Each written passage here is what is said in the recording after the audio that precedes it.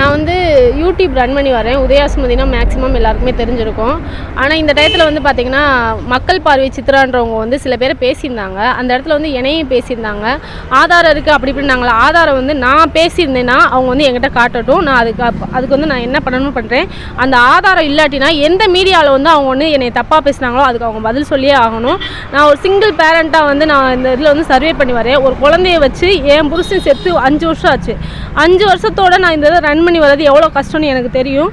அப்படி இருந்தும் அவங்க பேசியிருக்காங்க. அதுக்கு அவங்க பதில் சொல்லணும்னா என்ன மாதிரி பேசியிருந்தாங்க, என்ன சித்தரிச்சு அது வந்து எப்படி பேசியிருந்தாங்கன்னா பாலியல் இந்த மாதிரி பேசியிருந்தாங்க.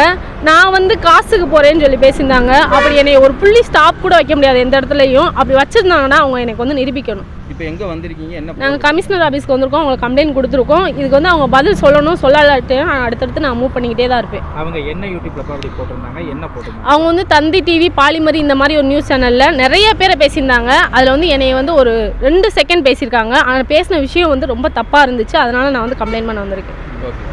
அவங்க மேலே என்ன மாதிரி கம்ப்ளைண்ட் கொடுத்துருக்கீங்க? அவங்க வந்து என்னை அவதூறுப்படுத்தி பேசியிருக்காங்க. மக்கள் முன்னாடி வந்து ரொம்ப கொச்சப்படுத்தியிருக்காங்க. அந்த பேரை வந்து எனக்கு மீட்டி கொடுக்கணும். இல்லை அவங்க வந்து எனக்கு ஆதாரத்தை காட்டணும். நான் பேசினேன், நான் இந்த மாதிரி தப்பான ஒரு பொண்ணுன்றதை வந்து அவங்க ஆதாரம் காட்டணும். அப்படி காட்டலைன்னா இதே மக்கள் முன்னாடி அவங்க வந்து எனக்கு வந்து பதில் சொல்லணும். வேறு என்ன மாதிரியான நடவடிக்கை எடுக்க சொல்கிறீங்க? காவல் ஆணையர் நான் வந்து இதுக்கு வந்து நியாயம் கிடைக்கின்றதை மட்டும்தான் ஃபஸ்ட்டு எடுத்து வைக்கிறேன்.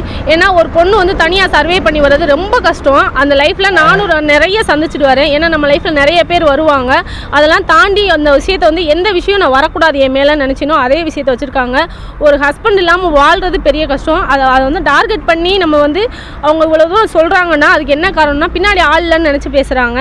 இப்போ என் ஹஸ்பண்ட் இருந்தால் அந்த இடத்துல அவங்க பேசியிருக்க மாட்டாங்க. என் ஹஸ்பண்ட் இல்லாத இடத்துல வந்து நிறைய அவங்க அவதூறு படுத்தியிருக்காங்க. அந்த விஷயம் வந்து என் மேலே டாட் கூட வைக்க முடியாது. 100% நான் அடித்து சொல்லுவேன். என் மேலே பண்ண தப்பான புகாருக்கு நான் வந்து கம்ப்ளைண்ட் பண்ணியிருக்கேன். அவங்க வந்து எனக்கு பதில் சொல்லியே ஆகணும். இல்லை தொடர்ச்சியாக அந்த அவங்க இந்த மாதிரி விஷயங்கள் தான் பண்ணுறாங்களா இல்லை எப்படி?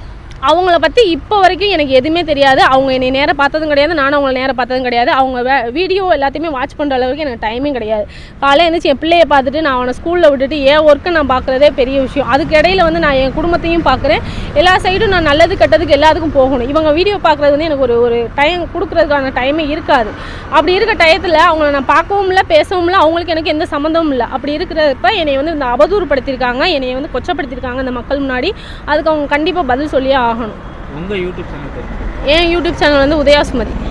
இதுவரை அவங்கள பற்றி எதுவும் பேசியிருக்கீங்களா? என் சேனலில் வந்து பர்சனலாக என்னோடய ஃபேமிலி கண்டென்ட் மட்டும்தான் போட்டிருப்பேன். அது தவிர எந்த ஒரு ஆபாசம் இருக்காது, எந்த ஒரு ட்ரெஸ்ஸிங் சென்ஸும் தப்பாக இருக்காது. இது வரைக்கும் அந்த மாதிரி இருந்துச்சுன்னா அந்த வீடியோவை எடுத்து போடட்டும். நான் யார்கிட்டையும் தப்பாக பேசியிருந்தேன்னா அதை அவங்க ப்ரூஃபோட காட்டணும் எனக்கு. அப்படி காட்டலைன்னா இதே சேனல்ஸ் முன்னாடி அவங்க பேட்டி கொடுத்துருந்தாங்க இல்லையா, அவங்க முன்னாடி எனக்கு அவங்க பதில் சொல்லணும். Okay, thank you.